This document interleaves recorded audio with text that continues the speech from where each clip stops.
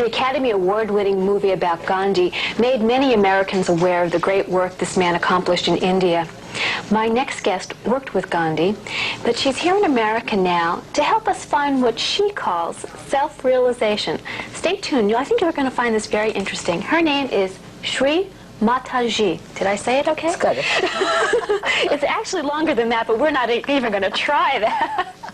I've just got to ask, was Gandhi anything like the actor who portrayed him in the movie? Oh, very much. Very well done. Mm-hmm. The only thing was the style of talking of Gandhi was rather more Indian. This fellow was over-brilliant, I think. Over-brilliant? And he would answer everything in such a alert way. And Gandhiji was a very slow speaker. Mm-hmm. It took him longer to come out with that wisdom. Yes, that's it. That's funny. But they portrayed him as being so perfect, like a saint. Yes. Was that true? They have done very well. Mm-hmm. And the lady who has worked it out, I know her very well. She's a very intelligent woman who did all the dress up and all that. She's a very intelligent woman. Mm-hmm. They chose her well. But wasn't there anything that ever got him angry or? No, he used to be very angry. That's a wrong conception. Mm-hmm. He used to be very angry with people who would make money and try to cheat others and would not be sincere. He used to be very outspoken about it. Very outspoken. He had lots of good things to say. What exactly did you do with him? You see, I was a little child of 7 years when I stayed with him. And he was very fond of me. He used to call me Nepali because my face has some Nepali features. And actually, he found out that I was a very different type of a child. And sometimes he used to discuss with me some things which we would not discuss with a child of 7 years.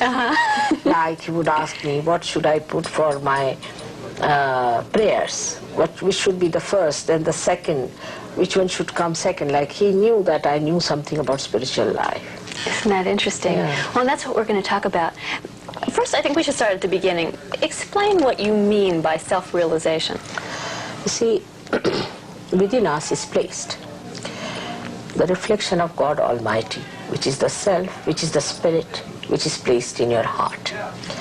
Now, when Christ or anybody has said that you are to be born again, it was not any artificial sort of a baptism, but it was a real happening within us of a power which is placed in the sacrum bone to rise and to get you connected with the whole. Mm-hmm. So this is what, when it happens, then you become actually first connected to the spirit, which is connected to the whole.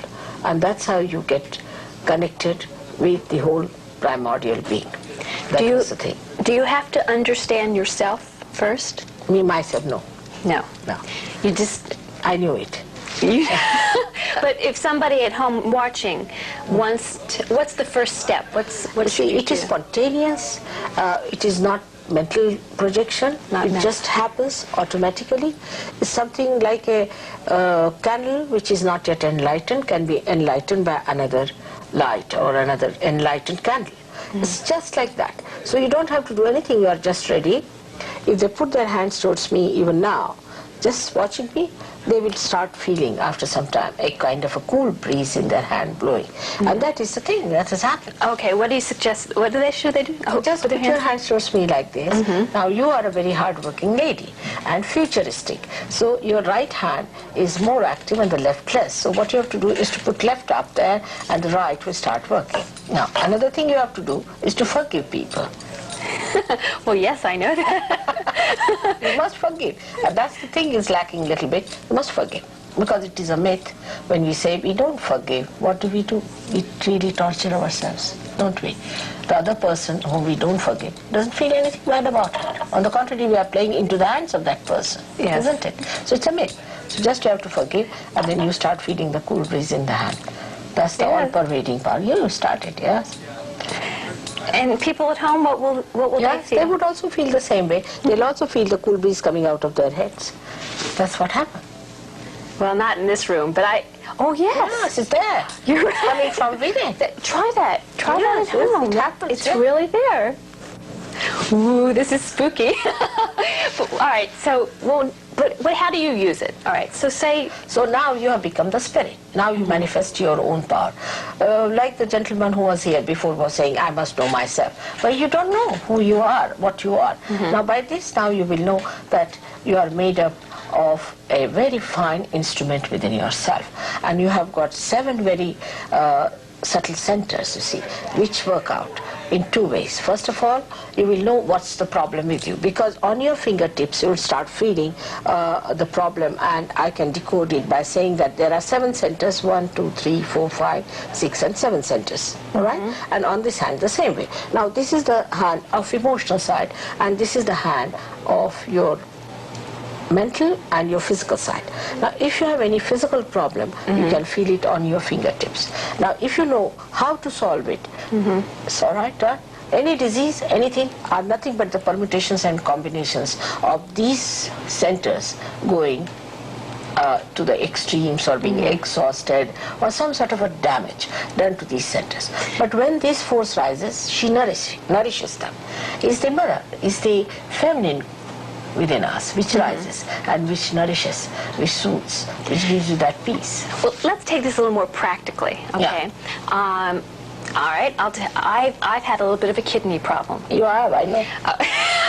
I was about to say. Well, all right, what would I do about that? It's very simple. You see, you put your hands like this towards me now. You see, your kidney problem comes from the center called Swadhisthana. Now you'll feel a little bit here. If you feel, see, even you can see, virtually, see, this looks healthy, this doesn't look that healthy, don't you see so? And what am I looking for? You see, you're looking for, you feel a little, see this swelling, and you feel a little heat there. Do you feel a little heat when you are getting the cool breeze? Yes. So that's the heat, that's suggestive. Heat is there. Now this also is suggestive. Even this kidney is not alright, but this center deals with the kidney and other organs like liver. It deals with your pancreas, with your spleen, and part of your intestines, uterus also. So you see, you must know how to make them out. Now what you have to do is to, at this center is a deity, what we call is the creator. The creator is sitting on this one. So you have to request the creator that he should now cure you. That's what we call as the mantras. Now, because now you are connected, you can ask. Before that, is it basically just asking God? Yes, of course, of course. It's the aspect of God. Is it just like saying a prayer? Of course, but when you say a prayer, you are not connected. Now you are connected. Now you should know where are which deities are placed, where is Christ, where is Moses, where is Abraham. All of them are placed within ourselves. And how they denote here. Now you are connected, and now if you ask, they help you. And that's how you cure people without much trouble. One thing I wasn't quite sure of, how was I connected? Because now the thing has started blowing in your hand. That is the proof now here. Oh, because I believed. Yes, no. There's nothing to believe. It is within you, that power. It is all spontaneous. It rises. It's a living process of a living God. That's all. You have to become that. You see, this is not a mental projection.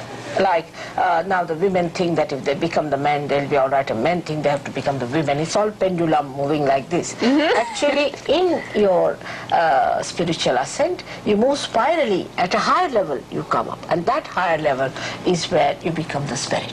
And you become, where you become a different personality, it's a transformation. But in the beginning, you have to go slow, establish it, understand it. Then you start manifesting your own powers. Okay, well, say tomorrow, you'll be gone tomorrow. What do I do to get it back? All right. Now for that we have a center here in Los Angeles, luckily. I've been here twice now. I came in 1970, but they won't listen to me. They say I must take some money, how many Rolls Royces I've got, all sorts of things, you see. I was amazed. I know, yes. Shree Mataji does not ask for any money at all. Now, how can you pay? What can you pay? Just like it happened to you, how much will you pay me for this? It's absurd, isn't it? It's a living process. You don't pay any money to the Mother Earth for sprouting a seed, do you? It's absurd, it's illogical, but I don't know why people are so much enamored by that. It's a thing, they think they can purchase a guru, they can purchase God, they can organize God. We have to be humble. We have to be humble, yes. That's important. And you, well, that means don't always put yourself first, right? Yes, you must... do for others. Ask. You just ask for it. You have to just ask for it. It works out. But before this, if you try to do, say, for example, like a missionary work or anything, it is all outside, and it drops out in no time. But now, supposing people say, Mother, thank you very much for curing me, and so I just laugh. Because, you see, this is just like my finger being sick, all right? Who is the other? Now, my finger is sick, so I rub my own finger, and there's no obligation. Neither I feel they should feel obliged, because if you are part and parcel of me, nobody's the other. Because you become collectively conscious. You become, again I say, it's an actualization. It is not just talking. It just happens to you. Because you are just ready, you get it. Okay. I read an article where you told the reporter not to think so much. Do Americans tend to think too much? Oh, too much. Too much they think. But it stops. Because, you see, a thought rises and falls off. Another thought rises and falls off. Either you live in the past or in the future, more futuristic. Americans are more futuristic, but some can live with the past and some can live with the future. Now, in between that thought, there's a little gap. And that gap widens when this force rises, and you stay in the present, and then the dynamism of the present you see the whole thing just like a new dimension within you, and you start enjoying every part of it. Well, it's fascinating. I don't know that we really were able to cover it. I mean, to say enough for people to really understand. It's a very wide subject. It is. And I must have spoken at least 1,000 lectures must be there in London, and so many thousands. But the main thing is, once you become that, you become yourself the knowledge. Yes. You yourself know everything. Like I was once traveling with a gentleman on a bullock cart, and the fellow was just uneducated, and he started talking like a prophet, like a saint. I was so surprised. The whole knowledge was within him. He started saying like that. Well, thank you very much for being with us. May God bless you. Thank you very much. We're going to give you an address if you would like further information. Here's where you can write for Shree Mataji. It's a rather interesting concept to think that we have a lot of power within ourselves to heal ourselves and to solve our own problems, and I think that's basically, what we were saying here. But thanks so much for being with us tonight. Remember, until next time, the only real success is living the life which you've imagined. Good night.